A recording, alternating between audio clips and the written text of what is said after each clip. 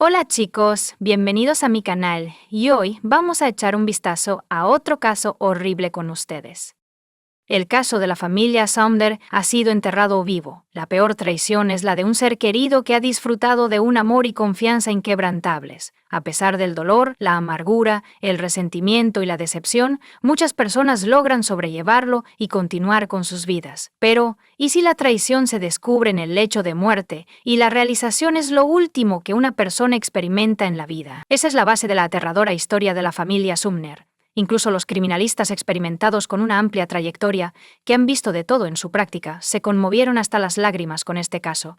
A pesar de la sentencia de muerte inicial impuesta a ellos, los subhumanos que cometieron este crimen atroz siguen vivos y están intentando apelar activamente la decisión del tribunal.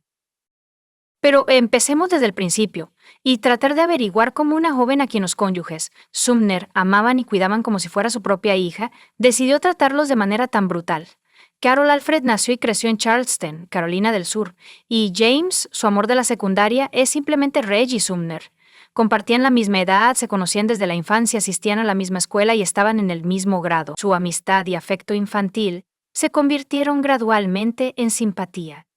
Los escolares no se dieron cuenta de lo cerca que se estaban volviendo. En 1959, cuando los adolescentes tenían 15 años, comenzaron una relación romántica. Y los amigos notaron lo hermosa y armoniosa que era su pareja, y más tarde en la vida, James y Carol guardaron fotos conjuntas de ellos mismos cuando eran jóvenes, felices, y con el futuro por delante como si estuvieran esperando una vida larga y feliz.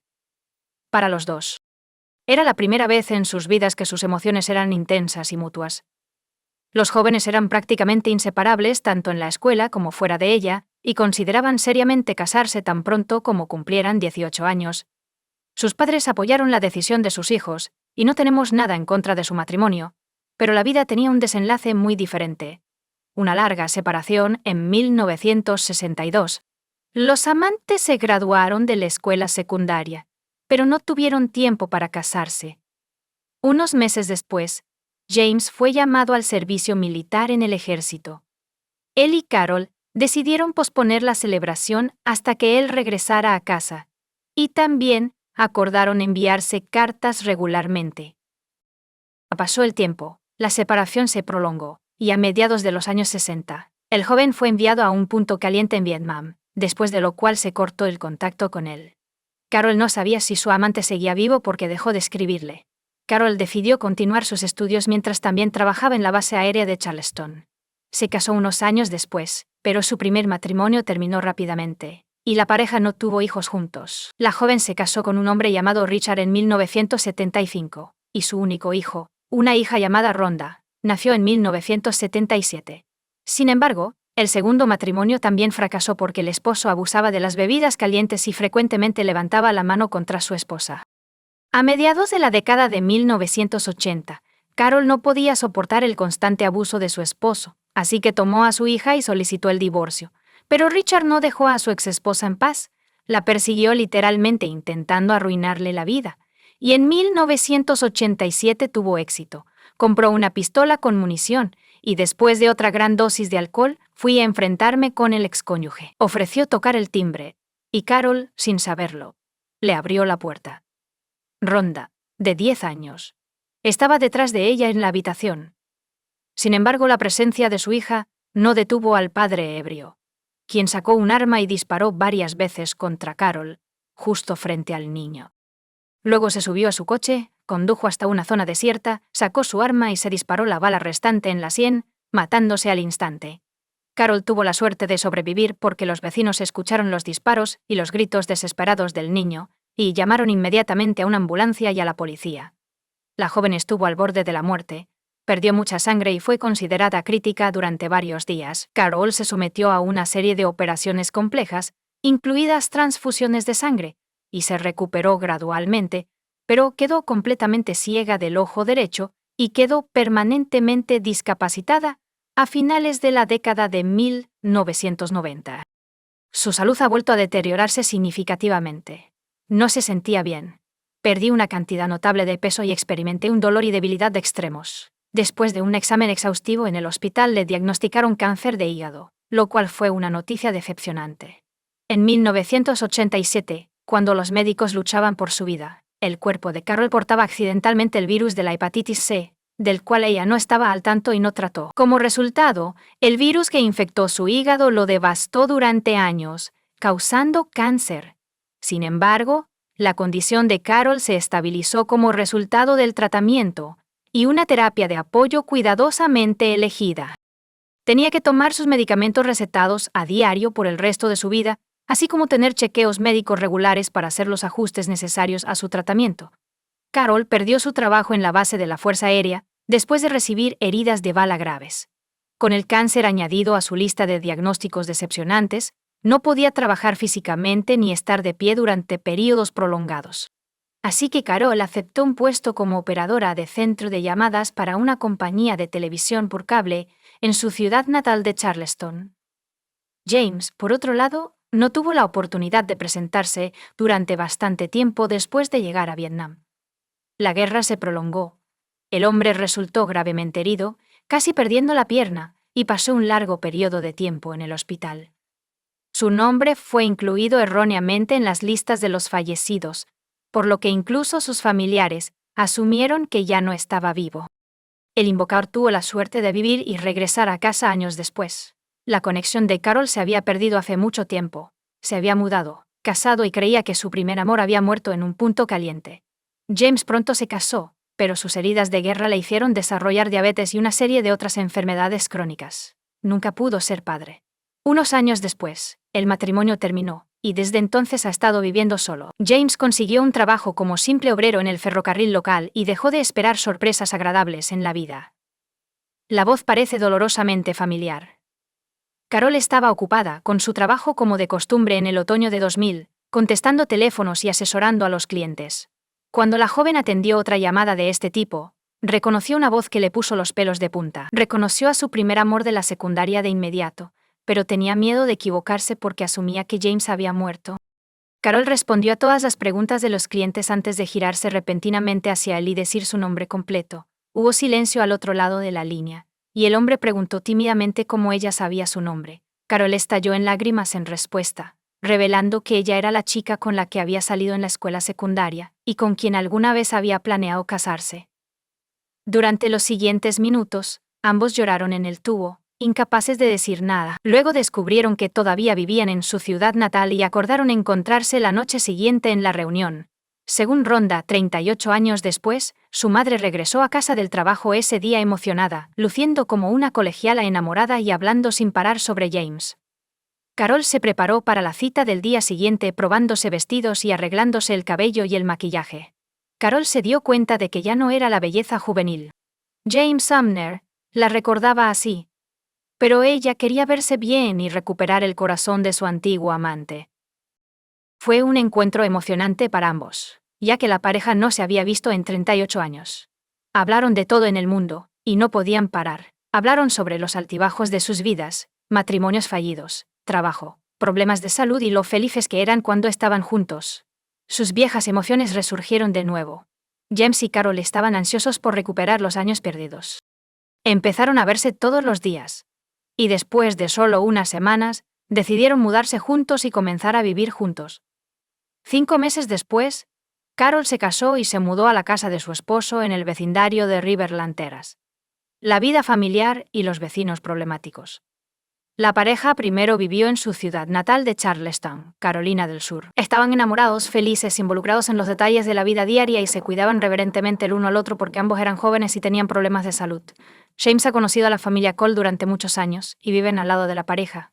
Steven, el cabeza de familia, había luchado anteriormente en Vietnam, resultó gravemente herido y estaba confinado a una silla de ruedas. Natalie, su esposa, desapareció en el trabajo y no regresó a casa hasta mucho más tarde.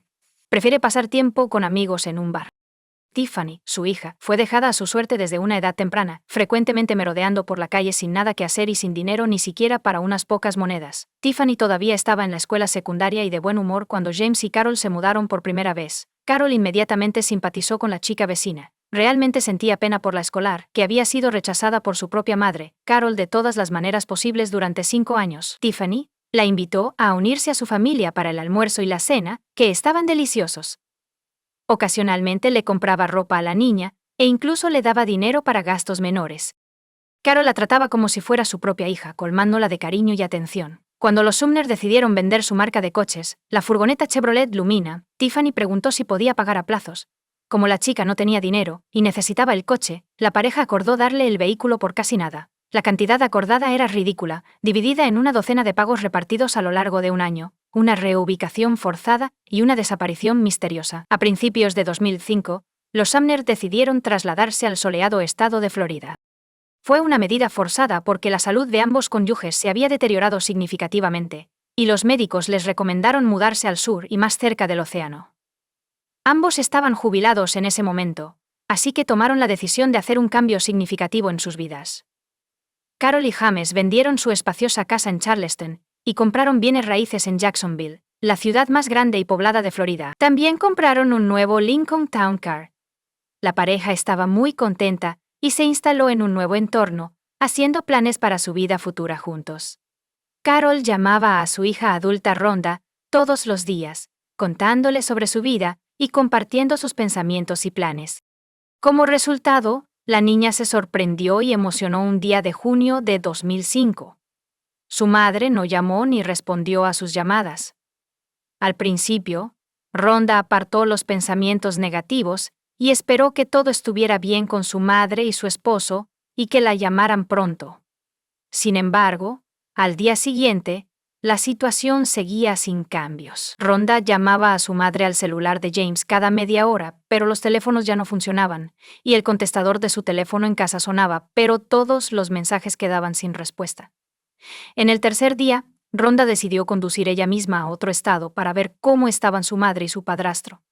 Salió temprano por la mañana y condujo durante aproximadamente 5 horas antes de llegar a la casa de Sumner. La ausencia de un coche fue lo primero que notó Rhonda, pero estaba lejos de ser la única rareza. Cuando la chica se acercó a la puerta principal, descubrió que estaba entreabierta. La casa estaba en silencio, con una luz encendida en una de las habitaciones. Aunque el sol brillaba intensamente afuera, Rhonda llamó a su madre y a James, pero no hubo respuesta. Luego entró en la cocina, donde descubrió una mesa puesta para dos con comida que parecía haber estado allí durante al menos 3 días. Parecía que los dueños se habían reunido para cenar, pero habían abandonado abruptamente la comida y se habían ido a otro lugar. Además, la casa en sí estaba hecha un completo desastre. Con objetos esparcidos por todas partes y algunas puertas y armarios dejados abiertos, parecía que se había buscado algo, pero ¿qué era y quién era? En la mesita de noche de la pareja. Algunos medicamentos eran esenciales para ellos. Estaban las pastillas para el cáncer de su madre, que él tomaba 3 veces al día, así como una botella de insulina, que James tomaba cada hora. Además, los teléfonos celulares de la pareja estaban completamente muertos. Rhonda se dio cuenta de que sin sus medicamentos y teléfonos celulares, su madre y su padrastro no podrían salir de la casa, y mucho menos por un período prolongado de tiempo. Así que llamó de inmediato a la policía para informar del incidente. Extraños impostores, la pareja en su coche, fueron rápidamente añadidos a la lista de los más buscados, y las tarjetas bancarias de Carol y James fueron bloqueadas el mismo día. Los primeros días de la búsqueda no produjeron resultados, y ni los Sumners ni ningún testigo en el camino pudieron ser localizados. Sin embargo, el 12 de junio, varios eventos ocurrieron simultáneamente, lo que permitió a la policía rastrear a los criminales. Primero, un hombre llamó a uno de los bancos, se identificó como el señor James Sumner, y se quejó de que su tarjeta había sido bloqueada y no podía retirar efectivo. Cuando el empleado del banco verificó la información de la tarjeta, inmediatamente sospechó que algo estaba mal. Le ofreció al señor Sumner que se pusiera en contacto personalmente con la sucursal bancaria más cercana para resolver el problema. Sin embargo, casi unos minutos después, el hombre colgó desde el mismo número. Sin embargo, en otro banco, una mujer llamada la señora Carol Sumner llamó e informó de un problema similar con la tarjeta bloqueada. Cuando se le pidió que viniera al banco en persona, se negó rotundamente, alegando que no podía hacerlo debido a problemas de salud, pero que necesitaba desesperadamente dinero en ese momento, y pidió acceso a sus ahorros, lo cual, por supuesto, fue denegado. La información sobre las llamadas, así como las grabaciones de las propias llamadas, fueron entregadas inmediatamente a la policía ese mismo día. Se le reprodujeron a Rhonda en la estación, quien confirmó que las voces no eran las de su madre ni de su padrastro.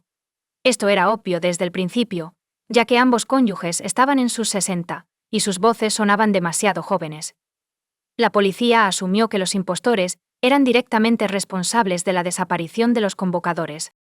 O bien secuestraron a la pareja y la mantuvieron cautiva, o la mataron. El coche de la pareja desaparecida fue descubierto abandonado en un camino desierto en una zona boscosa, unos días después de haber sido extorsionados por información sobre cuentas bancarias y tarjetas. No había signos de sangre ni de lucha en la cabaña. Los expertos descubrieron marcas de cabello y sudor en el maletero que resultaron ser de ambos cónyuges. Cuando la policía investigó las transacciones bancarias de la pareja, quedó claro que habían sido secuestrados en el maletero de su propio coche y había pocas esperanzas de encontrarlos con vida. Resultó que se había retirado dinero de su tarjeta varias veces después de que los secuestradores dejaron de contactar a su hija. Después de revisar las grabaciones de la cámara de seguridad del cajero automático, se descubrió que el dinero fue retirado por un joven que no pudo ser identificado. Además, se solicitó rastrear todas las llamadas del número que utilizaron los impostores para llamar al banco.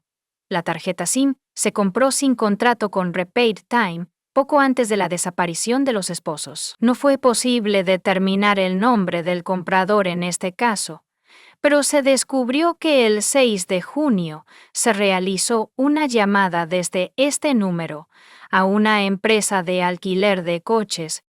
Resultó que un huésped de uno de los hoteles alquiló un Mazda RX-8 a nombre de Tiffany Cole, y fue en este coche donde un joven desconocido luego condujo hasta los cajeros automáticos y retiró dinero de las tarjetas de los Sumners.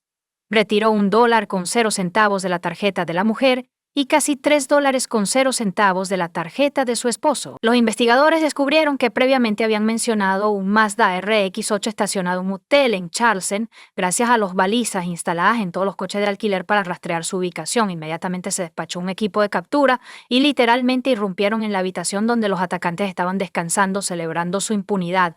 Jóvenes matones, la habitación estaba literalmente llena de paquetes y recibos de diferentes tiendas, ropa, gadgets, videojuegos, cosméticos, perfumes y una gran cantidad de alcohol caro estaban entre los artículos comprados.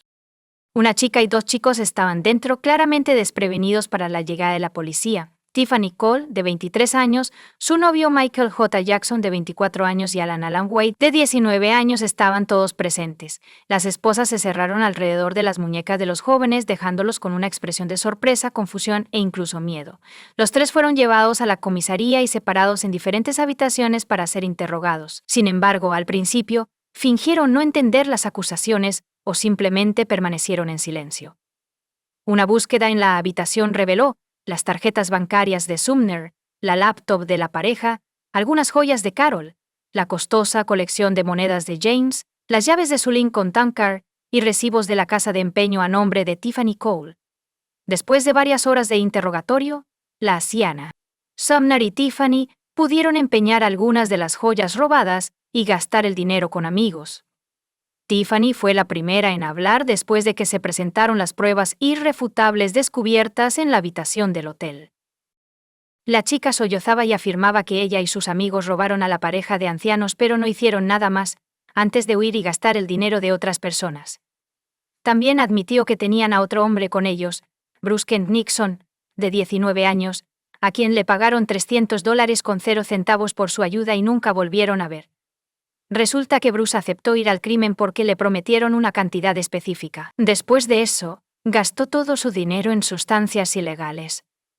El tipo era fácil de encontrar, porque vivía en Charleston y no tenía intención de huir o esconderse. Fue arrestado justo en la casa de sus padres por un comentario imprudente y un plan astuto. Bruce se dio cuenta de las consecuencias de su crimen y aceptó cooperar con la policía para evitar la pena de muerte. Lo que dijo el joven criminal causó horror y escalofríos. Todo comenzó en mayo de 2005. Tiffany fue a ver a los Sumner para hacer el siguiente pago del coche que compró hace 6 meses. La chica siempre se acercaba a ellos personalmente, porque son acogedores. Carol y James la invitaron a quedarse una noche o unos días, le dieron comida deliciosa e incluso le regalaron cosas. Si venía con amigos, siempre había suficiente espacio en la casa y en la mesa. Tiffany llegó esta vez con su nuevo novio, y los dos fueron amablemente invitados a cenar. Y como era tarde, la pareja pasó la noche en casa de Sumner. Durante la comida, los sureños discutieron cómo se establecieron en su nuevo entorno. Y Carol mencionó inadvertidamente que les quedaban casi $100 con 0 centavos después de vender la casa de Charleston. lo que les permitía vivir para ellos mismos en su vejez, sin privarse de nada, ni preocuparse por nada. Las palabras de Carol efectivamente sentenciaron a muerte a ella y a su esposo. Tiffany y Michael se miraron. Y durante la noche, mientras estaban en la casa de la pareja, comenzaron a planear cómo obtendrían esta impresionante suma de dinero. Se despidieron y regresaron a Carolina del Sur, donde, en unas pocas semanas, descubrieron cómplices que distribuyeron roles y responsabilidades y comenzaron a llevar a cabo el plan detrás de las confesiones criminales. Tiffany alquiló un coche discreto el 6 de junio, mientras Bruce y Alan robaban 4 palas de algún lugar. Condujeron juntos a los suburbios de Jacksonville, donde eligieron un lugar desierto en el bosque y comenzaron a cavar un agujero profundo que se convertiría en la tumba de los Sumners. Tiffany fue a una ferretería la mañana del 8 de julio y compró cuerda y cinta adhesiva, que distribuyó entre sus cómplices. Esa noche, Bruce y Alan llamaron a la puerta de las posibles víctimas, fingieron necesitar ayuda y pidieron permiso para hacer una llamada telefónica desde su casa.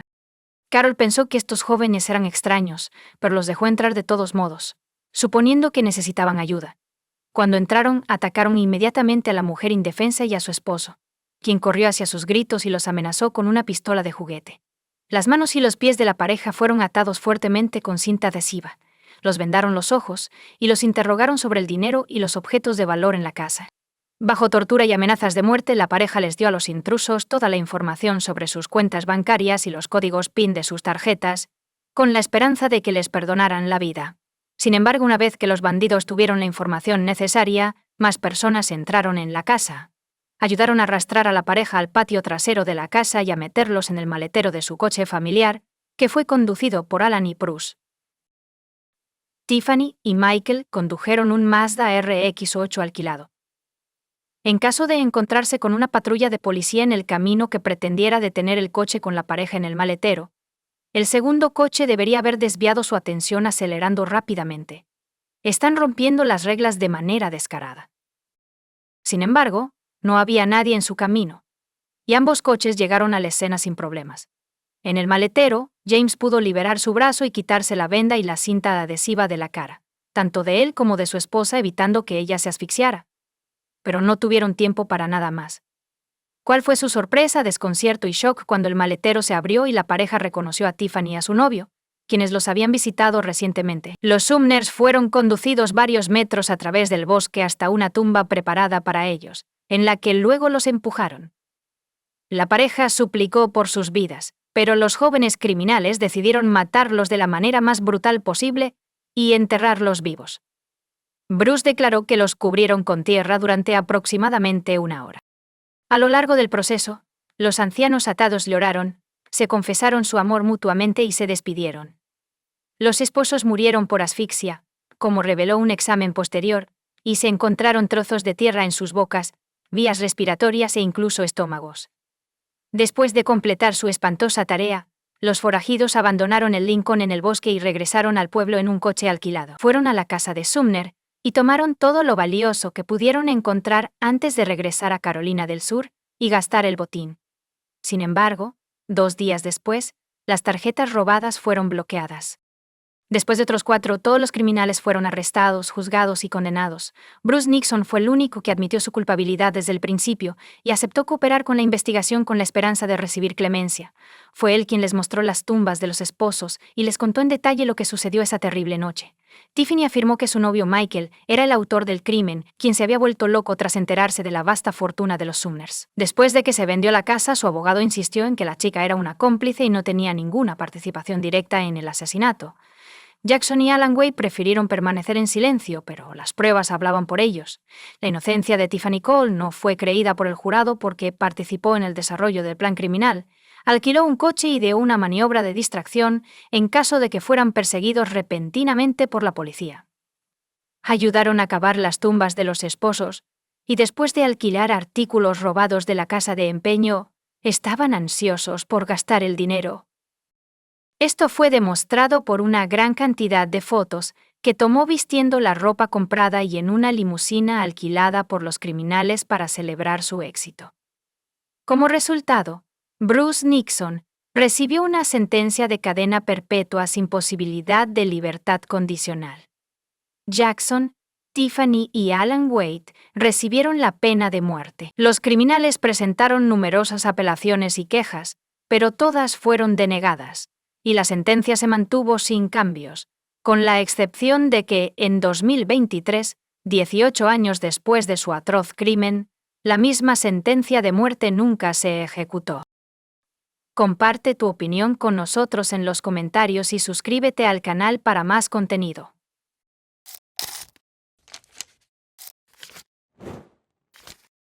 Nolan Buchanan, de 16 años, recuerda el lunes 14 de septiembre de 2015 como el mejor día de su vida. El día anterior había pasado el domingo con su novia, haciendo matemáticas tradicionales por la mañana con su familia, seguido de una reunión social con amigos y una maravillosa y romántica noche. Cuando el adolescente se despertó el lunes por la mañana junto a su chica favorita, se sintió como un empresario libre, exitoso e influyente con todo el mundo a sus pies. Después de todo, ahora era dueño de Buchanan Construction.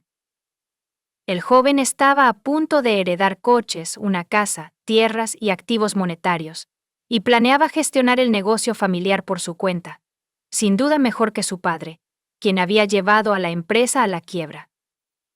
Parece que algo salió mal.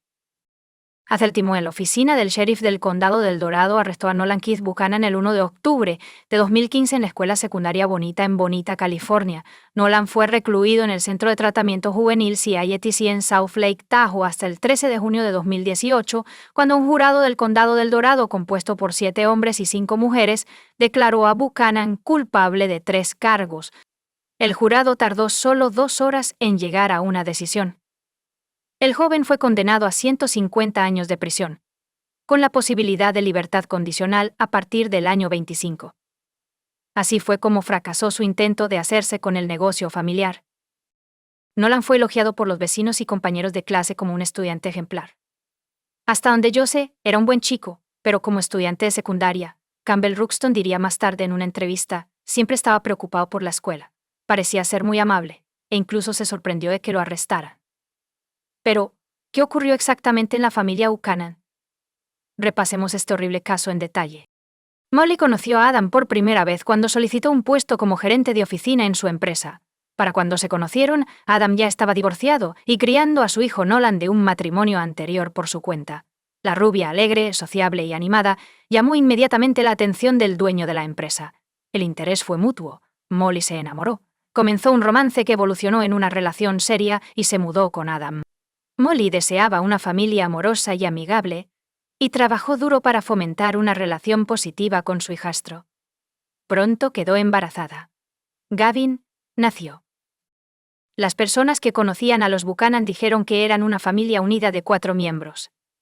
El cabeza de familia, que era dueño de una empresa de construcción, ganaba suficiente dinero para vivir cómodamente. La familia también compró una propiedad vacacional en el condado de El Dorado, California. Una pequeña cabaña se encontraba en 19 acres en Greenwood, sin electricidad, agua, alcantarillado ni gas. Adam, que trabajaba en la construcción, asumió un papel activo en la remodelación de la casa, y la familia comenzó a visitar su cabaña. El 13 de septiembre de 2015, a las 10 a.m., miembros del Departamento de Bomberos de Garden Valley respondieron a un incendio forestal en Greenwood Township, en el oeste del condado de El Dorado, en la carretera 193 entre Cool y Georgetown. Al llegar, descubrieron que el fuego había destruido 10 acres de la propiedad. Una cabaña en la propiedad aún estaba humeando, pero se había quemado por completo. El personal del departamento de bomberos descubrió restos carbonizados entre los escombros. La escena del incendio permaneció intacta. A las 11 a.m., los bomberos llamaron a la oficina del sheriff del condado de El Dorado. Nadie se había dado cuenta de lo que estaba pasando. Los bomberos estaban casi seguros de que el incendio forestal había matado a una mascota atrapada dentro de la casa. El forense que llegó se enfrentó a una tarea desalentadora. Los restos de la casa aún estaban humeando, y no había manera de examinar el interior de la casa sin esperar a que las llamas se apagaran y la temperatura bajara un poco. Mientras el forense examinaba la casa, detectó el dulce olor de la carne quemada y descubrió un cráneo humano y un pecho quemado. Parecía que la tragedia había cobrado la vida de alguien. El oficial solicitó refuerzos, y los oficiales de la oficina del sheriff llegaron para realizar una investigación exhaustiva de la escena. La conclusión era obvia: la pequeña, aislada y remota cabaña no era la residencia principal de los propietarios. Era más probable que fuera una cabaña de campo a la que la gente venía a vacacionar. Se descubrió una camioneta Dodge y un remolque en la propiedad junto a la cabaña. Fue posible verificar las matrículas y determinar a quién pertenecía el coche. El propietario podría haber sido una víctima del incendio forestal. No tardaron mucho en descubrir que el vehículo y el remolque pertenecían a Buchanan Construction, que es propiedad de Adam Buchanan. El hombre en cuestión vivía en Bonita, California, 160 millas del lugar del accidente y a unas 3 horas de distancia. Esta información confirmó la suposición de la policía de que la casa era simplemente un refugio en el campo para aquellos que querían alejarse del bullicio de la ciudad. Quedaba por ver si el señor Buchanan o alguien más estaba dentro. El nombre del propietario de la empresa le proporcionó al detective su primera pista, lo que lo llevó a comenzar su investigación. Los oficiales de policía de Bonita fueron encargados de verificar que todos los miembros de la familia Buchanan estuvieran a salvo y en casa. Fueron a la dirección correcta y pronto llegaron a la entrada de los Buchanan, donde notaron una camioneta Ford blanca y llamaron a la puerta. El hijo de 16 años de Adam de su primer matrimonio salió, saludó a los oficiales uniformados con sorpresa y preguntó por qué habían venido a verlo. Para no asustar a la familia, el oficial decidió primero determinar quién estaba presente en la casa. Quizás el coche de la empresa fue tomado por alguien de la empresa, en lugar del propietario.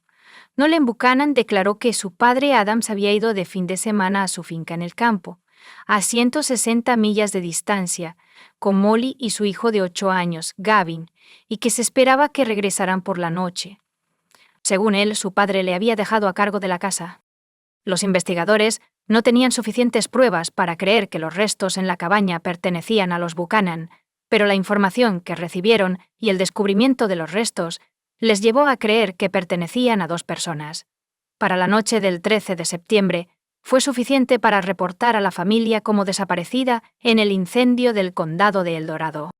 Al día siguiente, 14 de septiembre, la policía del condado de El Dorado fue a la casa de Nolan para hablar con él más a fondo y determinar quién había muerto en el incendio. Howard y Susan Buchanan, los padres de Adam, se reunieron con los oficiales. Declararon que su hijo, el propietario de la cabaña quemada, realizaba sus propias reparaciones en casa y por eso viajaba allí con frecuencia. Los padres estaban extremadamente preocupados porque no habían podido contactar a su hijo o nuera hasta ahora.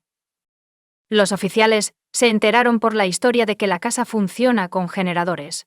Sin embargo, no había electricidad en el momento de la tragedia. Había cilindros de gas dentro de la casa, 2 series, por lo que el incendio podría haber sido accidental o intencionado. Para el 15 de septiembre, el fuego se había apagado, lo que permitió a los investigadores recoger pruebas, incluyendo escombros de un fogón cercano. Según Denton James Peterson de la oficina del sheriff del condado del Dorado, se descubrieron nuevos restos, lo que cambió el curso de la investigación. La policía descubrió un fragmento de cráneo con un agujero de bala. En ese momento, todos nos dimos cuenta de que había habido un homicidio. Según el sheriff, el incendio no fue un accidente. Los restos fueron recogidos y enviados para un análisis forense de ADN. En el primer conjunto de restos, la bala estaba alojada en el muslo de la víctima. El cráneo con el orificio de bala, por su tamaño, pertenecía a un niño. La versión de un accidente fatal se descartó por sí sola. El asesinato se convirtió en la narrativa dominante. Nadie dudaba de que el incendio tenía la intención de destruir las pruebas del crimen. Quedaba por determinar en qué circunstancias había ocurrido el crimen. ¿Se trataba de un robo fallido? ¿O la familia se quitó la vida deliberadamente? ¿Pero quién cometió el crimen? ¿Y por qué? ¿Podría estar relacionado con Buchanan Construction, donde Adam Buchanan era presidente y director de operaciones, y alguien le guardaba rencor debido a una relación laboral? Inicialmente, los investigadores se centraron únicamente en la teoría de la escalera. También investigaron la vida de Molly para ver si tenía enemigos capaces de cometer el crimen. Cuando esas líneas de investigación se estancaron, los oficiales dirigieron su atención a los problemas en el matrimonio de Molly y Adam. Había muchos. Los investigadores descubrieron que la relación entre Molly y Adam se deterioró con el tiempo, y en el momento del crimen, habían estado durmiendo separados durante bastante tiempo. Se descubrió el diario de Molly, en el que describía el abuso por parte de Adam. Los testigos entrevistados informaron sobre un trato brusco y abuso. Aseguran que Adam fue grosero no solo con Molly, sino también con los niños.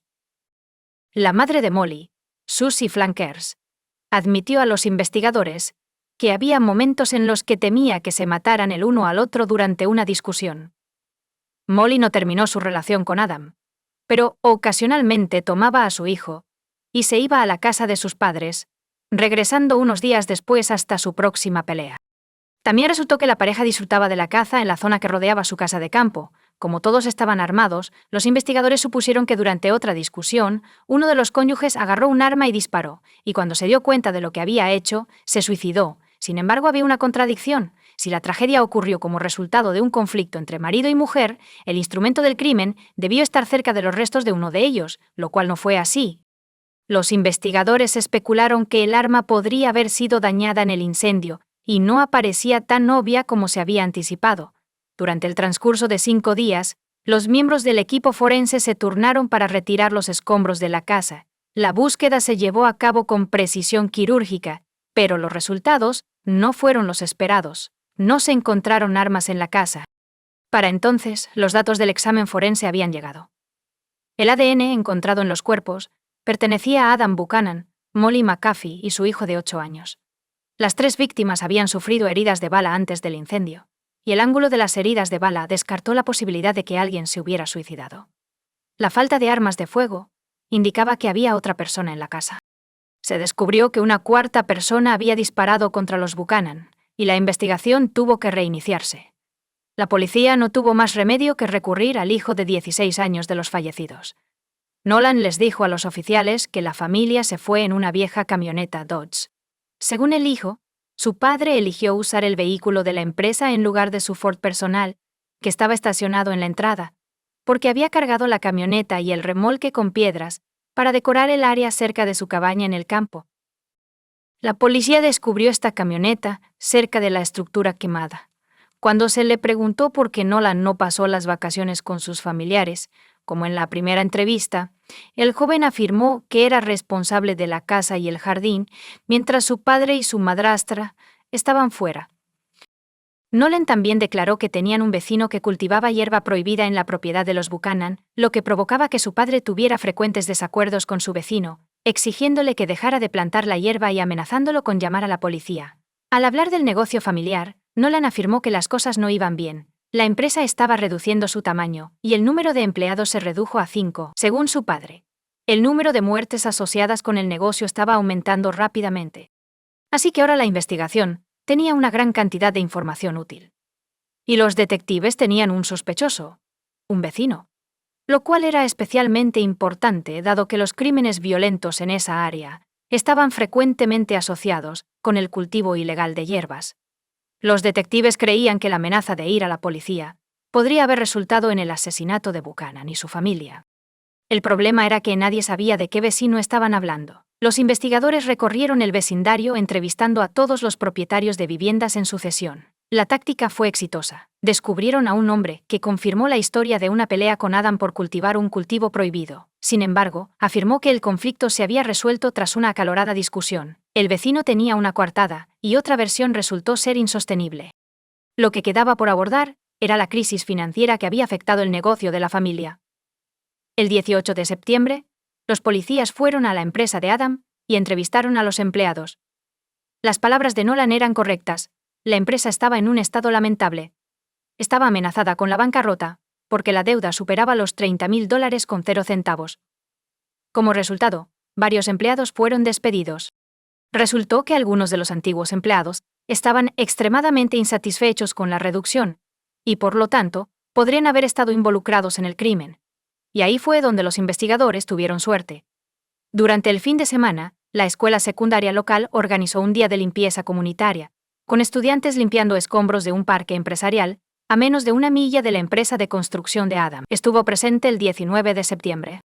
Se descubrió un pequeño bolso que contenía una billetera y tarjetas de identificación pertenecientes a Molly McAfee y Adam Buchanan, debajo de uno de los arbustos. Un rifle calibre .22 yacía cerca. Los detectives se apresuraron al lugar del descubrimiento. La oficina del sheriff del condado hizo una nueva suposición. El perpetrador utilizó el rifle encontrado para asesinar a la familia Buchanan y luego robó sus documentos de la escena del crimen para cubrir sus huellas.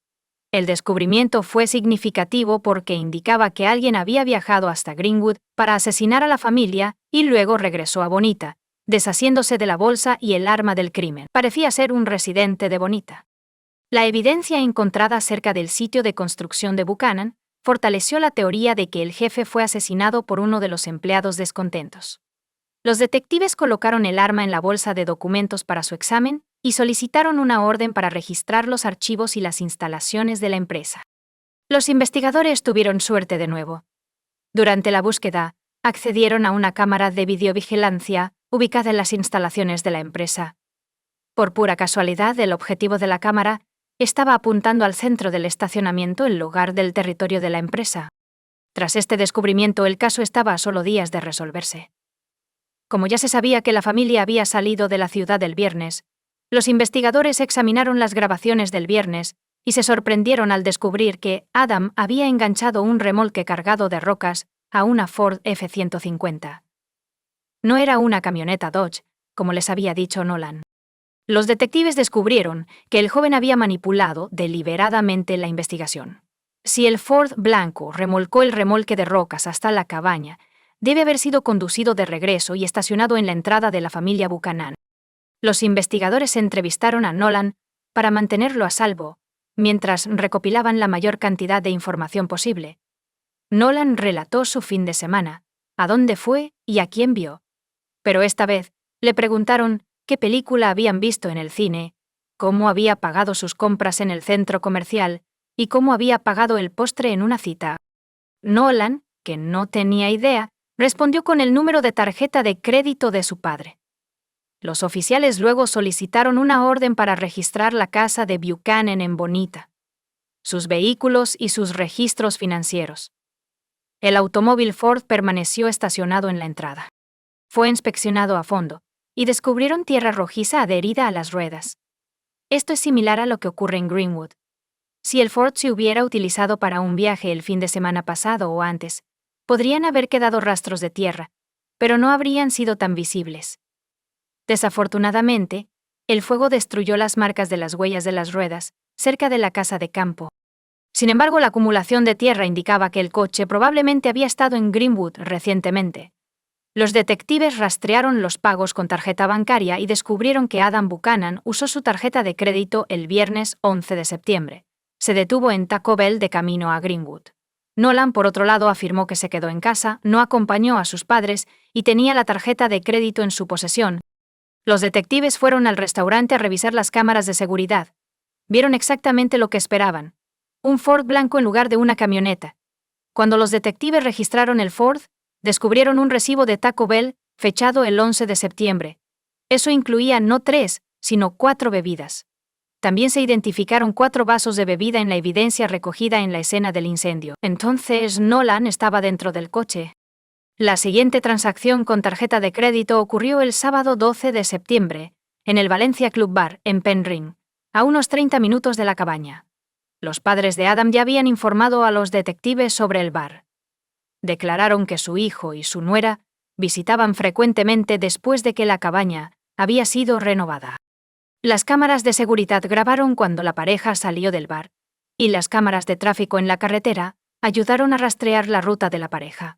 El día del incendio, una Ford F-150 se dirigió hacia la cabaña de los Buchanan alrededor de las 2:30 ET y luego cambió de dirección a las 3:30 ET en la primera instancia. La cámara captó a Adam y Molly en el vehículo, mientras que en la segunda solo captó a Nolan. Varias horas después, el domingo por la mañana, 13 de septiembre. La tarjeta de crédito de Adam se utilizó para pagar en 3 de los locales de Benítez: Starbucks, McDonald's y una gasolinera. El banco confirmó a los investigadores que solo se puede tener una tarjeta bancaria, lo que contradice las afirmaciones de Nolan. Para entonces, los resultados forenses ya habían sido devueltos. Las huellas dactilares de Nolan fueron encontradas en la pistola. Fue arrestado mientras estaba en medio de una clase de secundaria. Nolan Buchanan se ha declarado no culpable de los cargos en su contra. Intentó distorsionar la historia afirmando que su padre disparó contra la familia, después de lo cual él le apuntó con un rifle y en defensa propia le quitó el arma. Después de disparar accidentalmente a su padre, Nolan afirmó que fue en defensa propia, culpando del incendio y la posterior mentira al pánico y el miedo extremo. Por eso usó gasolina para incendiar la casa, viendo que pareciera que no había pasado nada. La defensa centró repetidamente la atención del jurado en el abuso de Adam hacia su propio hijo y otros miembros de la familia. El médico forense cuestionó el veredicto porque la marca de la herida de bala en un trozo del cráneo de Gavin correspondía a un disparo realizado en un ángulo de casi 90 grados. Nolan, por otro lado, afirmó que las camas de él y su hermano estaban una al lado de la otra y que el ruido y los gritos los habían despertado simultáneamente. Nolan afirma haber visto a alguien entrar en el dormitorio y disparar a Gavin justo cuando él se despertaba. El tirador luego apuntó el rifle a Nolan, quien milagrosamente empujó al atacante. Bajo este escenario, el disparo habría sido realizado en un ángulo de aproximadamente 45 grados, lo que contradice los hallazgos forenses. La fiscalía concluyó que Nolan disparó a su hermano cuando estaban solos en la casa, mientras sus padres estaban en un bar. Después de esperar a que su padre y su madrastra regresaran, Nolan también les disparó. Según el lugar donde se descubrieron los cuerpos, Adam fue asesinado primero, seguido de Molly. Nolan luego tomó el rifle. Sus padres quemaron sus documentos, rociaron los cuerpos con gasolina y le prendieron fuego a la casa. Luego se fue a casa, se encontró con su novia y pasó el día con ella estableciendo una coartada para sí mismo. El 13 de julio de 2018, un jurado condenó a Nolan por 3 cargos de asesinato en primer grado. Como resultado, fue condenado a 150 años de prisión, con la opción de libertad condicional después de 25 años. Juez Kingsbury. El anuncio de la sentencia reflexionó sobre el abuso verbal y físico. Nolan testificó que masacró a su hermano porque no quería que él experimentara el mismo horror o se viera obligado a vivir con lo que su padre ya le había hecho. Sin embargo, al hacerlo, también enumeró hechos sobre la premeditación del crimen y el posterior incendio, la creación de coartadas y los planes de Nolan para dirigir el negocio familiar que había discutido con los miembros de la familia. El juez citó la falta de Nolan para seguir las reglas y el comportamiento desviado observado por el personal del Centro de Tratamiento Juvenil de South Lake Tahoe, donde fue después de ser arrestado. «Todos tienen la capacidad de cambiar», le dijo el juez Kingsbury a Nolan. «Espero que haga todo lo posible para lograrlo. Si te comportas adecuadamente, según el proyecto de ley del Senado y las decisiones de la Corte Suprema, serás elegible para la libertad condicional después de 25 años en prisión. Tú decides si tomas o no esa oportunidad». Nolan sigue insistiendo en que es inocente. Si alguna vez es liberado bajo libertad condicional, se le exigirá que pague una compensación significativa a las víctimas. La cantidad de la indemnización actualmente se desconoce. Comparte tu opinión con nosotros en los comentarios y suscríbete al canal para más.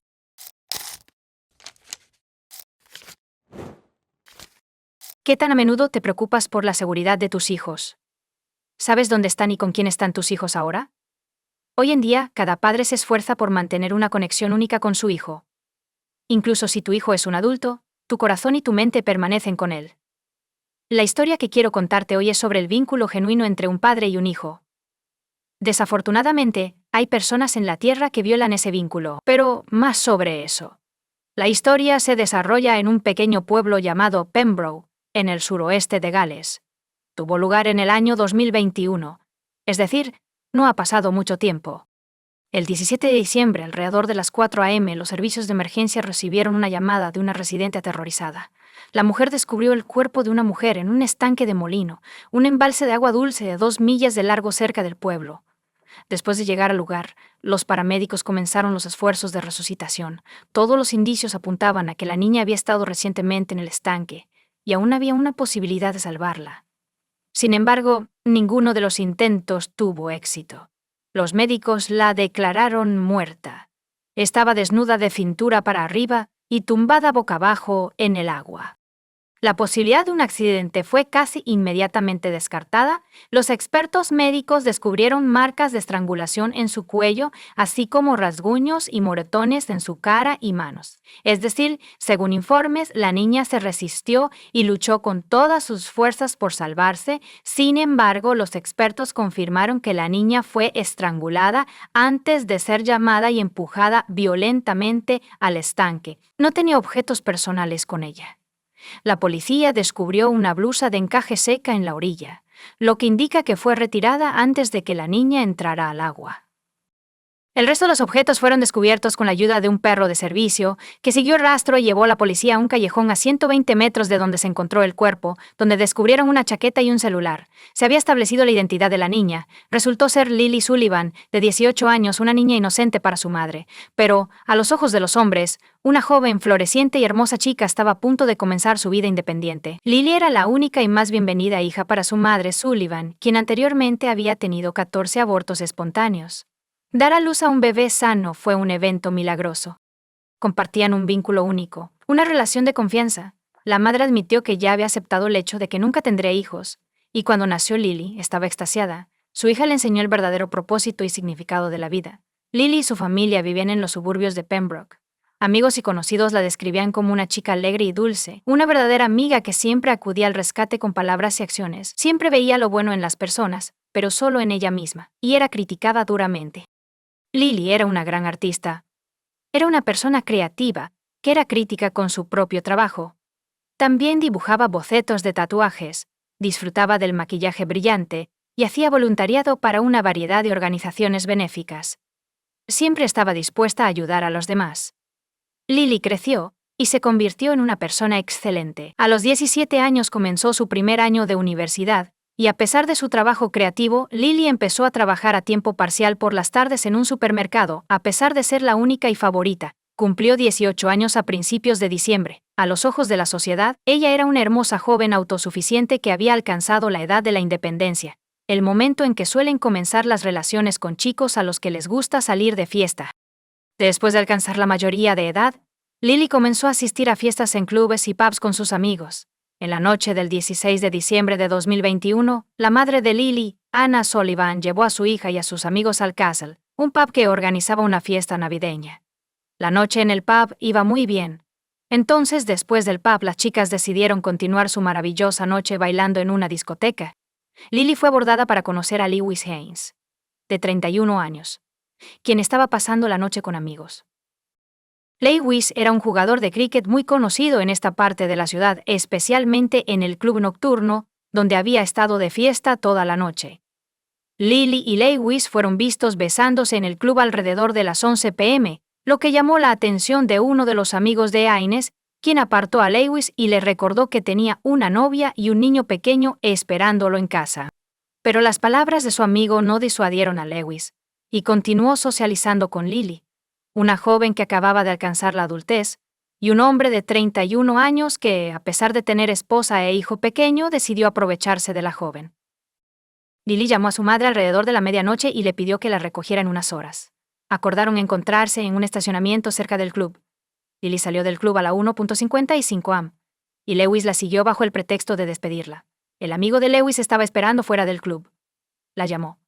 «Quiero recordarte que tienes una novia y una hija pequeña esperándote en casa, y ella solo tiene 18 años, por supuesto». Después de escuchar estas palabras, Lily tomó su propia decisión. Pero Lewis no reaccionó y continuó siguiendo a la chica. Luego, Lewis y Lily fueron a un callejón sin luz cerca del castillo de Pembroke, que daba al estanque Mill. Lewis intentó besar a la chica de nuevo, pero Lily frustró su intento cuando escuchó el comentario de su amiga sobre la chica y el bebé. Inmediatamente decidió conducir al estacionamiento, donde su madre la estaba esperando en el coche. Anna Sullivan llamó a su hija a las 2:15 am para informarle que estaba esperando en el lugar designado. Lily dijo que estaba a unos minutos y que llegaría pronto. Todavía estaba al teléfono con su madre cuando la conexión se cortó abruptamente. La madre de Lily la esperaba en el coche, pero sus instintos maternos le advirtieron que algo andaba mal. En ese momento, Louis se dio cuenta de que la noche no iba a salir como había planeado, y que no iba a conseguir lo que quería de la manera correcta. Besarla en el club no era suficiente. Él deseaba más. Louis no estaba dispuesto a dejarla ir. Agarró los brazos de la chica e intentó quitarle la blusa de encaje por la fuerza. Entonces Lily empujó al intruso, amenazándolo con acusarlo de violación si no se detenía, y diciéndole que su hija se avergonzaría de un padre así. Estas palabras enfurecieron a Lewis, que estaba ebrio, porque estaba en el proceso de reunir documentos para el tribunal para establecer la custodia de su hija, y la atención policial hacia su persona pondría en peligro todos sus planes. Le dio varios puñetazos en la cara a Lily. Era un hombre adulto con una fuerza física increíble en comparación con la frágil niña. Lewis no tuvo problemas para derribar a Lily. Comenzó a estrangularla agresivamente, y cuando ella dejó de resistirse, la empujó al estanque. En ese momento, un vecino informó haber escuchado a una mujer gritar, quien luego se detuvo e intentó llamar a su hija 30 veces sin éxito. Ella no volvió a contestar el teléfono. Además, la policía buscó pruebas. Vieron en las grabaciones de las cámaras de seguridad de uno de los callejones cómo la pantalla del teléfono de Lily se iluminaba repetidamente mientras su madre intentaba contactarla. Más tarde, al revisar las grabaciones de las cámaras de seguridad, los investigadores notaron a Louis y Lily caminando juntos por el callejón y 3 horas y 8 minutos después, otra cámara captó a Louis apareciendo solo en el puente. El video muestra claramente cómo primero camina y luego comienza a correr. Otra cámara en la gasolinera donde Anna Sullivan estaba esperando a su hija captó al asesino solo unos minutos después, a las 3 horas y 10 minutos. Anna había estado intentando contactar a Lily durante bastante tiempo. Se puso muy ansiosa y la buscó con la mirada. Así fue como se encontró con el asesino de su amada hija. «Estoy pasando junto al coche de Anna». Lewis Haynes la miró a los ojos y luego comenzó a comportarse de manera inapropiada. Escuchó a Lily y a su madre hablando sobre el lugar y la hora de la reunión, y se dio cuenta de que probablemente estaba mirando a los ojos de la madre de su víctima. Empezó a agitar los brazos y a sacudir la cabeza hacia Anna. El comportamiento del extraño parecía extraño. La madre no podía creer que solo unos minutos antes, este extraño nocturno hubiera quitado la vida a su única hija. Lewis llegó a casa alrededor de las 3:40 am con ropa mojada. Tenía los brazos profundamente rasguñados. Se volvió histérico. Despertó a su novia y le suplicó que lo llevara a casa de sus padres. Lewis fue tan persistente que la chica no pudo evitar cumplir con su solicitud. Así que intentamos escapar tan pronto como se dio cuenta de lo que había hecho. La chica no era consciente de lo que estaba pasando. En el camino, dijo: «Creo que está muerta», lo que planteó más preguntas. A las 6 am el 17 de diciembre, Luis fue arrestado por la policía en la casa de sus padres. El padre de Luis contactó a la policía, se preguntó a sí mismo histéricamente mientras lo dejaban salir qué demonios hice. Louis Haynes enfrentó cargos de asesinato el 20 de diciembre de 2021 debido a la abrumadora evidencia. Admitió el asesinato de Lily Sullivan, pero negó haber cometido el crimen motivado sexualmente. Afirmó que mató a Lily Sullivan porque ella lo amenazó con denunciarlo a la policía por violación si seguía acosándola. Lewis afirmó que tuvo un arranque de agresión. Estranguló a Lily antes de empujarla a un estanque. Cuando se calmó y se dio cuenta de lo que había hecho, se metió en el estanque para ayudarla. Pero cuando se dio cuenta de que Lily no respiraba, huyó. El tribunal y los fiscales estatales no le creyeron. El juez declaró que si Lewis entró al agua, fue solo para asegurarse de su muerte, no para salvarla. Tenía su teléfono con él, pero no se hicieron llamadas de emergencia esa noche. Las cámaras también mostraron que no buscó ayuda de los transeúntes, sino que se dirigió directamente a casa. Antes de la sentencia, Anna, cuyo sentido de la vida se desvaneció, afirmó que cometió un terrible error esa noche. Debería haber salido del coche e ir a encontrar a Lily después de que se perdió la conexión, porque entonces habría tenido la oportunidad de salvar a su hija. Se horrorizó al enterarse de que podría haber salvado a su hija. Un mes antes de que Lily fuera asesinada, Anna Sullivan sufrió un infarto, y su hija le salvó la vida. Ella reconoció la situación peligrosa y administró primeros auxilios antes de que llegaran los paramédicos. También declaró que después de la muerte de su hija, comenzó a experimentar ataques de pánico y dejó de temer a la muerte porque era la única manera de poder ver a su hija nuevamente en el más allá. Ella describió a Lewis Haynes como pura maldad, quien, debido a sus instintos primitivos, destruyó varios destinos en un solo momento. También es terrible que Lewis sea el padre de una hija. Sin embargo, porque quería satisfacer su deseo sexual y no pudo controlar su agresión, mató a una niña inocente. El 21 de agosto de 2022, un tribunal condenó a Lewis Haynes a cadena perpetua con la opción de libertad condicional después de 23 años y 4 meses. Entonces, en 2044, el asesino podría estar libre nuevamente. Desafortunadamente, esta historia confirma nuestros temores. Vivimos en el siglo XXI, donde ya tenemos teléfonos para una comunicación rápida, Internet y otras tecnologías y aplicaciones diseñadas para mantener a los usuarios seguros. Pero ni siquiera eso ayudó a Lily a salvarse. Tales crímenes ocurren a diario en nuestro mundo, y casi siempre terminan trágicamente. Comparte tu opinión con nosotros en los comentarios y suscríbete al canal para más.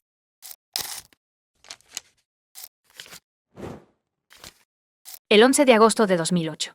El lunes, Sarah Whitmer, una higienista dental de 24 años, y su esposo de 27 años, Ryan Whitmer, un planificador deportivo, estaban en su casa en Fort Thomas, Kentucky. Sarah acababa de terminar su turno en una clínica dental, y Ryan también había terminado su jornada. La pareja, que se conoció a través de amigos en común, y rápidamente se volvió inseparable, pasó una tranquila velada juntos. Su relación había progresado desde una cita a ciegas en un pub, hasta comprar una casa, casarse, y estar en medio de la felicidad de los recién casados después de solo 4 meses de matrimonio, mientras miraban hacia su futuro, que incluía planes para una luna de miel en Costa Rica y unas vacaciones en Cancún. La anticipación más emocionante giraba en torno a la posibilidad de conseguir un nuevo cachorro, lo cual estaban persiguiendo activamente juntos. El 11 de agosto, Ryan y Sarah Whitmer vieron televisión mientras comían hamburguesas sobrantes, mazorcas de maíz y papas con queso. Según Ryan, comenzaron con algunos de los programas favoritos de Sarah antes de pasar a un partido de fútbol. Sarah luego decidió tomar un baño en el baño del dormitorio principal. Ryan recordó que ella le pidió que revisara las puertas antes de acompañarla arriba. Recordó que ella subió las escaleras, después de que ambos dijeran, «Te amo». Camina de puntillas como solía hacer con frecuencia. A las 10:49 p.m. esa noche Ryan marcó el 911, la llamada duró 7 minutos, le dijo al despachador del 911 que su esposa se había quedado dormida en la bañera en su casa en Monroe, Ohio. Ryan informó al despachador que su esposa se había quedado dormida en la bañera, creo que estaba abajo, acabo de subir aquí y ella estaba boca abajo en la bañera. Ryan le dijo al despachador que había estado viendo televisión abajo y subió para encontrar a Sarah boca abajo en la bañera. Mencionó que ella frecuentemente se quedaba dormida en la bañera. Ryan siguió las instrucciones del despachador y sacó a Sarah de la bañera antes de ser guiado a través de la RCP. Durante este tiempo, él temporalmente dejó el teléfono para vaciar la bañera y levantar a Sarah, lo cual tomó aproximadamente 29 segundos. Dentro de los 6 minutos siguientes a recibir la llamada al 911, la policía encontró a Sarah desnuda en el suelo del dormitorio. Su cuerpo se sentía cálido y seco, pero su cabello estaba mojado. Mientras realizaban la RCP, la policía notó una descarga espumosa de color blanco rosado que salía de la boca y la nariz de Sarah, indicando ahogamiento. Cuando llegaron los paramédicos, hicieron 2 intentos fallidos de intubar a Sarah en su dormitorio. Se hicieron 2 intentos más en la ambulancia, durante el viaje de 10 minutos al hospital. A pesar de un 5º intento de intubación fallido, el médico de la sala de emergencias del hospital hizo un 6º intento y tuvo éxito. Desafortunadamente, fue demasiado tarde. Sarah fue declarada muerta esa misma noche. Cuando fue interrogado en el hospital, Ryan le dijo a la policía que él y Sarah estaban solos en casa esa noche. Mencionó que estaba viendo un partido de fútbol en la televisión de abajo mientras Sarah se estaba bañando alrededor de las 10 p.m. y expresó su preocupación a la policía de que temía que ella se quedara dormida en la bañera. Cuando le preguntaron si Sarah se había quedado dormida en la bañera, Ryan dijo que no, pero que sí tenía la costumbre de quedarse dormida en lugares inusuales. A pesar de la afirmación de Ryan a la policía de que encontró a Sarah en la bañera y asumió que se había quedado dormida, las autoridades se mostraron sospechosas. Cuando llegaron a la casa, notaron que la piel de Sarah estaba seca, pero su cabello estaba mojado. Los detectives notaron inconsistencias en el relato de Ryan, particularmente durante la llamada al 911, cuando describió encontrar a Sarah boca abajo en la bañera. Había preocupaciones sobre una posible contradicción porque creían que Ryan le dijo a la enfermera en el hospital que la encontró boca arriba. Durante la búsqueda en la residencia de los Grandes Espejos, las fuerzas del orden descubrieron varias discrepancias que generaron más preocupaciones. El suelo del baño, la alfombra del baño y la toalla en el suelo estaban todos secos. La bañera estaba mayormente seca, con solo unas pocas gotas visibles cerca del desagüe. Notablemente, No se encontraron toallas mojadas en la casa. La policía descubrió inconsistencias adicionales en el relato de Ryan. Ryan les había dicho inicialmente que estaba viendo un partido de fútbol de los Cincinnati Bengals en la televisión de abajo, mientras Sarah se bañaba. Sin embargo, al inspeccionar, el televisor de abajo no estaba sintonizado en ese canal. En cambio, el televisor del dormitorio estaba sintonizado en el canal especificado. La policía también descubrió manchas de sangre en la alfombra del dormitorio, donde Sarah había sido encontrada tendida en el suelo cuando llegaron. Estos hallazgos levantaron sospechas y se sumaron a la creciente lista de inconsistencias en el relato de Ryan sobre lo que sucedió esa noche. El doctor Russell Updegrove, el forense del condado de Warren, realizó la autopsia a Sarah, y sus hallazgos revelaron que la causa de su muerte fue ahogamiento. Cabe destacar que durante el examen se documentaron varias lesiones físicas, incluyendo hematomas leves en el lado derecho de su frente, una hemorragia específica en la superficie interna de su párpado, hematomas en el lado izquierdo de su cuello, una contusión en la parte posterior de su cuello y una abrasión en su axila izquierda, así como hematomas y laceraciones en su labio superior. Sarah tenía hemorragias musculares profundas en la parte frontal de su cuello, así como contusiones en el cuero cabelludo. El Dr. Updegrove determinó que la muerte de Sarah fue el resultado de un homicidio. Él declaró que la lesión de Sarah ocurrió antes de su muerte y no era consistente con las lesiones comúnmente asociadas con la RCP. Los informes de toxicología confirmaron la ausencia de sustancias prohibidas y alcohol en el sistema. Ryan fue arrestado por asesinato agravado el 13 de agosto de 2008, solo 2 días después de que Sarah muriera. Era el caso de la fiscalía que Sarah murió como resultado de ahogamiento. Su argumento era que la causa de la muerte de Sarah era menos importante que cómo murió. ¿Cómo se ahogó? La fiscalía afirmó que la llamada al 911, la escena del crimen y las lesiones de Sarah apuntaban a Ryan como el perpetrador de su muerte. Su argumento giraba en torno a la afirmación de que él había mantenido a la fuerza bajo el agua, provocando que se ahogara en la bañera. Durante la investigación, la policía examinó la bañera en busca de huellas dactilares y descubrió marcas de rayas que se cree fueron causadas por manos humanas, principalmente en el centro de la bañera. Utilizaron un proceso de vaporización de cianoacrilato y una imagen reflejada de ultravioleta para detectar marcas de dedos y manchas. También se descubrió una impresión de antebrazo en la bañera que se determinó que fue hecha por un hombre adulto mediante pruebas de folículos pilosos. Sin embargo, no se pudo determinar el momento exacto de la impresión. La fiscalía también afirmó que la falta de humedad dentro del baño era incompatible con el escenario que Ryan describió. Si Sarah se hubiera ahogado y Ryan lo hubiera sacado de la bañera, el suelo y otros objetos del baño habrían estado empapados. Enfatizan al jurado que el cuerpo de Sarah estaba seco cuando la policía llegó minutos después de que Ryan llamara al 911. La fiscalía citó detalles de la llamada al 911, afirmando que Ryan había revelado demasiada información y estaba orquestando la llamada, lo que implicaba premeditación. La fiscalía le dijo al jurado que una confrontación violenta tuvo lugar en la casa de los Whitmer esa fatídica noche. Aunque se desconocían las razones, trajeron a un testigo experto que testificó que era extremadamente improbable quedarse dormido y ahogarse en una bañera sin el uso de sustancias prohibidas o alcohol. Según este testimonio, la sensación del agua en la cara o la activación del reflejo nauseoso generalmente despertarían a una persona, y si eso no funcionara, una disminución en los niveles de oxígeno haría el truco. La fiscalía convocó al forense Updegrove, quien realizó la autopsia de Sarah, para que proporcionara su opinión experta sobre los eventos de esa noche. Testificó que una explicación plausible para el cuerpo seco de Sarah y su cabello mojado sería que su cabeza fue empujada sobre el borde de una bañera, inodoro o lavabo. Este acto podría haber ocurrido hacia adelante o hacia atrás en agua corriente o sumergido en agua completa. La afirmación central de la acusación fue que Ryan sostuvo intencionadamente la cabeza de Sarah bajo el agua hasta que se ahogó y argumentaron que debería ser declarado culpable de su asesinato. En respuesta, la defensa argumentó que no había suficiente evidencia para respaldar la afirmación de Ryan de haber matado a Sarah. Enfatizaron el aparente amor de la pareja y argumentaron que Ryan no tenía un motivo discernible para hacerle daño a Sarah. Según la defensa, quienes conocían a Ryan nunca lo habían visto enojado ni alzando la voz. Los amigos de la pareja atestiguaron su felicidad y compartieron la creencia de que estaban planeando un futuro brillante juntos. Para reforzar su caso, la defensa realizó su propia autopsia, presumiblemente para desafiar o proporcionar un punto de vista alternativo a los hallazgos presentados por los testigos de la acusación, particularmente el forense Uptegroff. El Dr. Werner Spitz, quien había sido contratado por la defensa, realizó una segunda autopsia el 15 de agosto de 2008, 2 días después de la primera.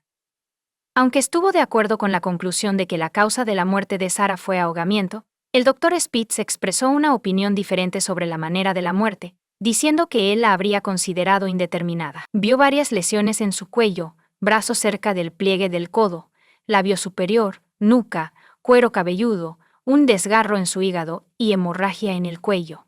El Dr. Spitz no pudo determinar de manera definitiva si estas lesiones fueron el resultado de la RCP. Como resultado, declaró que no consideraría su muerte un homicidio. La defensa argumentó que si hubiera habido una alteración violenta, como afirmaba la acusación, habría habido evidencia de ello. Notablemente se encontró que las uñas de Ryan y Sarah no estaban rotas ni astillados y no presentaban ninguna herida. La defensa también destacó la presencia de ADN femenino encontrado bajo las uñas de Sarah sin que se haya identificado coincidencia. Sostuvieron que las lesiones de Sarah fueron probablemente el resultado de la reanimación cardiopulmonar prolongada y los múltiples intentos de intubación realizados esa noche, tanto dentro de la casa como en la ambulancia estacionada fuera de la casa durante el transporte al hospital. Y en el mismo hospital, la defensa postuló la teoría de que algo médico, como una convulsión o una afección cardíaca, podría haber sido la causa subyacente de la muerte de Sarah. También explicaron la aparentemente contradictoria evidencia del cuerpo seco de Sarah y el cabello mojado, afirmando que la piel se seca más rápidamente que el cabello. En el primer juicio, el jurado declaró a Ryan no culpable de asesinato agravado, pero lo condenó por asesinato. Sin embargo, unos meses después, se ordenó un nuevo juicio en respuesta a las preocupaciones de la defensa. Se descubrió que algunos jurados habían realizado sus propias pruebas sobre cuánto tiempo tardaban en secarse después de tomar un baño, lo que podría haber influido en su interpretación de las pruebas. El segundo juicio de Ryan fue en mayo de 2010, sin embargo el jurado no pudo llegar a una decisión, lo que llevó a la declaración de un juicio nulo. El tercer juicio de Ryan comenzó en enero de 2011, con pruebas adicionales introducidas en los procedimientos legales. La defensa intentó establecer un caso de que Sarah tenía una condición cardiovascular o neurológica no revelada que le causó perder el conocimiento y ahogarse en la bañera. Para respaldar esta afirmación, presentaron el testimonio de varios expertos médicos que sugirieron la posibilidad de un problema médico subyacente. Sin embargo, el Estado contrarrestó estas afirmaciones trayendo a sus propios expertos médicos para desafiar y refutar las afirmaciones de la defensa. El testimonio de los compañeros de trabajo de Sarah reveló más sobre su salud y rutina diaria. Describieron a Sarah durmiendo en su coche antes de empezar a trabajar por las mañanas y saliendo a descansar durante sus pausas para el almuerzo.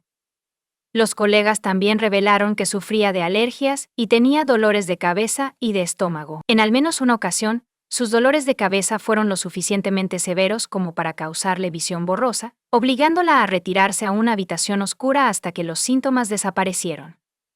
El Dr. Benjamin Mesmer, un dentista en la consulta de Sarah, subió al estrado y testificó que estuvo presente cuando ella murió. Recordó que ella se quejaba de un dolor de cabeza y de estómago ese día. El testimonio de los amigos de Sarah pintó un cuadro de su tendencia a quedarse dormida en lugares inesperados, como durante un juego o en medio de discusiones grupales. Una de sus amigas sospechaba que tenía narcolepsia, un trastorno del sueño caracterizado por somnolencia excesiva, parálisis del sueño, alucinaciones y en algunos casos cataplejía. En contraste, la madre de Sarah, Ruth, y Stewart testificaron para la acusación. Ella declaró que nunca había notado nada inusual en los hábitos de sueño de su hija. Sarah, sin embargo, sí experimentó dolores de cabeza.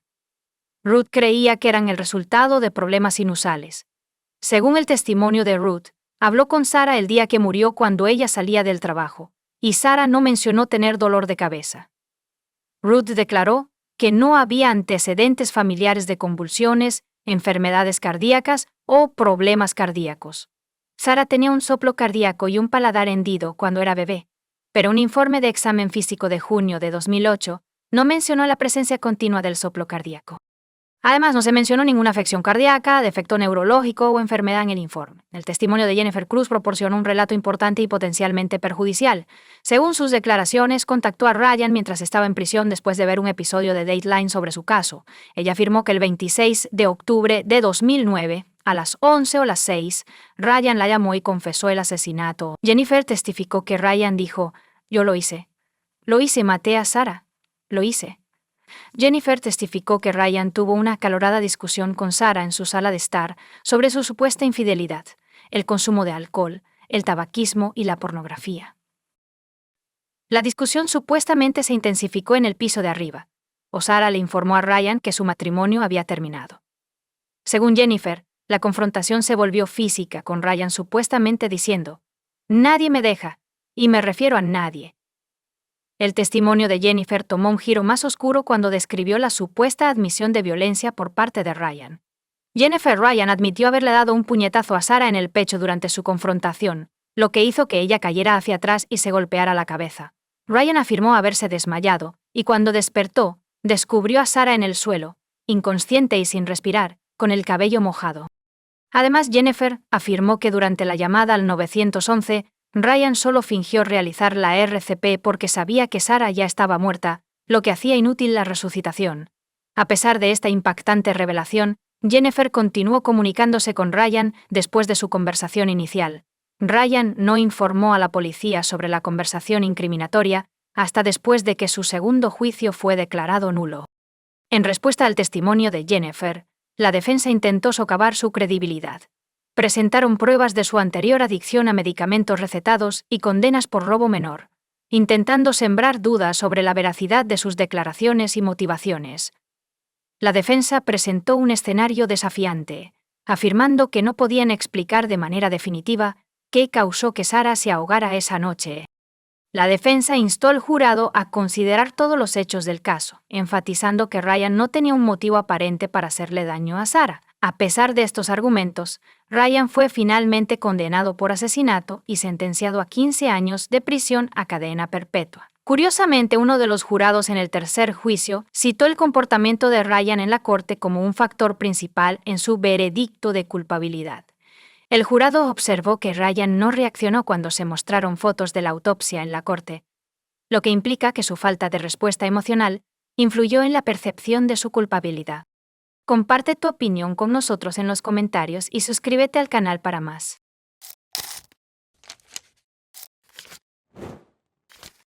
Michelle Despain estaba en el trabajo el miércoles 24 de agosto de 2011. Sin embargo, informó a sus colegas que se iría por la tarde para atender algunas cuentas en casa. Michelle vivía en Jonesboro, Arkansas, con su esposo de 34 años, Mark Despain. Estuvieron casados durante 15 años y tenían 2 hijos pequeños. Michelle también tenía una hija adolescente de una relación anterior, a quien Mark amaba y ayudaba a criar a pesar de su actual estilo de vida acomodado. Sus comienzos fueron humildes. Cuando se conocieron por primera vez a los 18 y 19 años, los padres de Mark, Tiana y Jack Despain les ayudaron proporcionándoles un remolque para vivir, mientras Mark trabajaba para la empresa inmobiliaria familiar. Después de unos años, Mark inició su propio negocio como inversor de propiedades y tasador inmobiliario, lo que le llevó a un éxito y riqueza significativos. Este éxito les permitió pasar de su tráiler original a una lujosa casa con piscina. Mark y Michelle trabajaron duro para darle a sus hijos todo lo que querían, incluyendo vacaciones anuales a Jamaica y Cancún. Michelle se encargaba de la contabilidad de la empresa de Mark y también trabajaba en un banco local. El 24 de agosto, después de terminar su trabajo en el banco alrededor de las 3 p.m., Michelle regresó a casa y encontró la puerta trasera sin llave. Para su consternación, toda la casa había sido completamente saqueada. Los cajones estaban abiertos, las pertenencias esparcidas por el suelo y había cristales rotos por todas partes.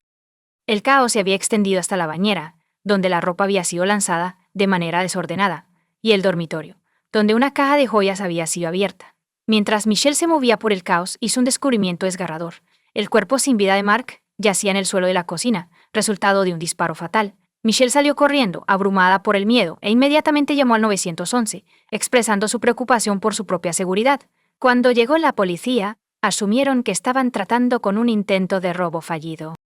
Sin embargo, una investigación más exhaustiva planteó preocupaciones sobre las circunstancias que rodearon el incidente. Después de inspeccionar los objetos dejados atrás, la policía comenzó a dudar de la narrativa tradicional del robo, observando que muchos objetos de valor permanecieron intactos en la casa. Las circunstancias peculiares que rodeaban la muerte de Mark aumentaron sus sospechas. Sus heridas mortales incluían una herida de bala en el lado izquierdo del pecho y otra en la cabeza, ambas infligidas a quemarropa. La policía creía que el incidente fue un ataque premeditado. Según su teoría, Mark regresó a casa ese día, entró a la cocina, colocó un recipiente de helado en la encimera y fue disparado 2 veces por alguien que se acercaba por detrás. Esto llevó a los investigadores a creer que el agresor ya había entrado en la casa cuando Mark llegó. La creencia general era que la intención del intruso no era robar, sino más bien un asesinato dirigido a Mark. La pregunta desconcertante seguía en pie: ¿por qué alguien querría matarlo? Durante su investigación, la policía entrevistó a todos los vecinos de la calle y descubrió que un hombre afroamericano desconocido había sido visto en la zona el día del incidente. También hubo informes de un coche Mercedes azul circulando por el vecindario. Como parte de su investigación, la policía buscó averiguar si Mark tenía algún adversario conocido. Algunos lo describieron como un hombre decidido y ambicioso, conocido por su falta de escrúpulos. Cuando la policía reconstruyó los movimientos de Mark, se encontraron con un rompecabezas significativo. No se esperaba que Mark estuviera en casa a esa hora en ese día. Esto planteó una pregunta crítica. ¿Cómo podría alguien con malas intenciones haber predicho que Mark estaría en casa precisamente a esa hora? La discrepancia entre la inesperada presencia de Mark en casa y la aparente premeditación del ataque complicó la investigación. En ese fatídico día, Michelle informó a la policía que había almorzado con Mark en un restaurante cercano a su lugar de trabajo. Regresó a la oficina a la 1:30 p.m., salió nuevamente después de las 2:30 p.m. para recoger las facturas y luego descubrió la inquietante escena en casa. Cuando llegó, notó la falta de luces y mientras caminaba por la casa, descubrió una marca en un charco de sangre. En un ataque de terror, le sacudió la pierna, llamó su nombre y salió corriendo de la casa para llamar al 911. Temiendo la presencia de un intruso y sin poder obtener ayuda de un vecino, contactó a su madre, Kathy. Cuando Kathy llegó, Michelle estaba esperando fuera de su propia casa. Durante la investigación policial sobre posibles motivos, Michelle identificó al propio padre de Mark, Jack, como alguien que podría albergar resentimientos hacia él. Mark había trabajado anteriormente con sus padres, Jack y Tanner, pero un desacuerdo lo llevó a iniciar su propio negocio. La ruptura comenzó cuando Mark solicitó una mayor parte de las ganancias, a lo que Jack se opuso. Michelle le dijo a la policía que Jack tenía un comportamiento frío y que había habido un incidente previo entre Jack y su hija de 13 años. El padre de Michelle, Carl Kelly, quien trabajaba como recaudador de rentas para la empresa de Mark, también expresó sospechas, afirmando haber recibido amenazas de Jack en el pasado. Cuando la policía interrogó a Jack y Tana, admitieron su distanciamiento, pero afirmaron que la disputa por el dinero fue causada por el deseo de Michelle de tener más. Jack sugirió que la policía investigara las actividades de Michelle el día en que murió su hijo, insinuando su posible implicación. Según Jack, Mark regresó a casa ese día para recoger un arco de caza, y Michelle habría sido la única que estaba al tanto de su presencia. Jack le dio a la policía información sobre el incidente que Michelle mencionó involucrando a su hija, así como fotos explícitas de su teléfono. Inicialmente acusado de tomar las fotografías. La relación de Jack con Tana se volvió tensa, lo que resultó en una breve separación. Sin embargo, una investigación más profunda reveló una historia diferente. Jack le dijo a la policía que la hija de Michelle había tenido una conversación para adultos con su novio, y él descubrió las fotos comprometedoras en su teléfono. Para evitar enfrentar las consecuencias de sus padres, ella afirmó falsamente que Jack había tomado las fotos, lo que llevó a acusaciones de abuso infantil en su contra. Aunque no se presentaron cargos, las falsas acusaciones causaron un gran sufrimiento a Jack Tanner, quien se reconcilió con Jack después de conocer todas las circunstancias del caso. Después de verificar la coartada de Jack, la policía lo exoneró de asesinar a su hijo. Jack ya no está bajo sospecha. A pesar de la aparente satisfacción de Michelle y Mark, la investigación se expandió. La pregunta persistía. Si Michelle estaba involucrada, como sugirió Jack, ¿cuál era su motivación para quererlo muerto? La policía descubrió rápidamente que Michelle estaba lejos de ser la viuda afligida que habían asumido. Michelle tuvo una aventura con un colega mucho más joven, un hombre de 24 años, a quien ella mantenía económicamente, pagando su alquiler, comestibles y otros gastos, antes de que Mark muriera. Cuando la policía le interrogó, Michelle afirmó que Mark no estaba al tanto de la aventura, y cuando le preguntaron si Mark alguna vez había solicitado el divorcio, ella negó cualquier discusión. Michelle, sin embargo, confirmó que Mark había expresado preocupaciones sobre el futuro de su relación después de que los hijos se hubieran ido. Otra revelación surgió mientras la policía investigaba la situación financiera de la pareja. Mark y Michelle tenían una cantidad significativa de deudas, y había acusaciones de que Michelle desvió fondos de la cuenta del negocio. Además, Michelle tenía derecho a $1 millón de dos pólizas de seguro de vida en caso de la muerte de Mark. A pesar de sus sospechas, la policía no tenía pruebas concretas contra Michelle, ni contra ningún otro posible sospechoso. La coartada de Michelle fue confirmada por las grabaciones de vigilancia del banco donde trabajaba, que la mostraban con su padre, Carl, en el momento en que Mark fue asesinado. La investigación dio un giro cuando la policía recibió una pista anónima. El informante reveló que Terence Barker se había jactado de haber asesinado a Mark. Esta nueva pista representó un desarrollo significativo en el caso, lo que llevó a la policía a investigar la posible implicación de Terence Barker en la muerte de Mark. Terence Barker inicialmente negó cualquier implicación en la muerte de Mark mientras era interrogado por la policía en la comisaría. Sin embargo, las pruebas en su contra eran convincentes. Según los informes de testigos y los registros de las torres de telefonía celular, él estaba cerca de la casa de Mark y fue visto conduciendo un Mercedes azul poco antes del tiroteo fatal. Cuando se le confrontó con esta evidencia, Terence finalmente confesó ser el autor del crimen, revelando que había acordado dispararle a Mark a cambio de un pago prometido de entre $7,000.00 y $10,000.00. Aunque aún no había recibido ningún dinero, una investigación posterior llevó a la policía a Johnny Hubbard, el conductor del Mercedes azul. Ahora surgió la pregunta: ¿por qué alguien querría que Mark estuviera muerto? Los detalles intrincados de la investigación comenzaron a surgir cuando Johnny Hubbard, quien era conocido por tener a Mark como inquilino, informó a la policía que el padre de Michelle, Cal Kelly, se había acercado a él para orquestar el asesinato de Mark. La participación de Terence Barker surgió cuando Johnny sugirió una forma de ganar algo de dinero, lo que los llevó a reunirse con Carl en el estacionamiento de una iglesia para discutir la idea. Terence aceptó llevar a cabo el tiroteo, afirmando no tener conocimiento previo de Mark y nunca haberlo visto antes. Terence afirma que Carl le dio el arma utilizada en el asesinato, le mostró su casa y le dijo dónde esperar. Sin embargo, Terence afirmó que Michelle también estaba involucrada en el complot. Informó a la policía que Michelle estaba dando instrucciones a su padre a través de mensajes de texto. Un mensaje enviado el día del asesinato a las 20 a.m. debe ser hoy. No puedo seguir así todas las mañanas. Carl respondió: «Está bien, ¿puedes hacer que coma el almuerzo?». Con esta información, la policía pudo comenzar a armar el rompecabezas. Hipotetizaron que Michelle organizó la reunión de almuerzo con Mark, dando a Carl la oportunidad de llevar a Terence dentro de la casa. Los mensajes de texto de Michelle indicaron que estaba al tanto del plan y que el asesinato tenía que ocurrir ese día. La policía cree que Michelle fingió estar sorprendida cuando descubrió el cuerpo de Mark. A pesar de saber lo que le esperaba en casa, no hizo ningún intento de ayudar a Mark cuando lo descubrió gravemente herido en la cocina. Ella estaba al tanto de su muerte antes de regresar a casa. Los registros telefónicos mostraron que Michelle y Carl intercambiaron numerosos mensajes de texto el día del asesinato, la mayoría de los cuales fueron eliminados rápidamente. Además, los registros muestran que Mark inicialmente rechazó la invitación de Michelle para almorzar, pero ella persistió e insistió en ir a tomar helado después. Michelle envió mensajes de texto a su padre constantemente durante su salida para comer helado. Michelle inicialmente negó cualquier participación, pero luego cambió su historia para afirmar que solo se enteró de la implicación de su padre después de que Mark murió. Terence Barker se declaró culpable de asesinato en primer grado y recibió una sentencia de 35 años. De manera similar, Carl Kelly se declaró culpable de asesinato en primer grado y recibió una sentencia de 35 años.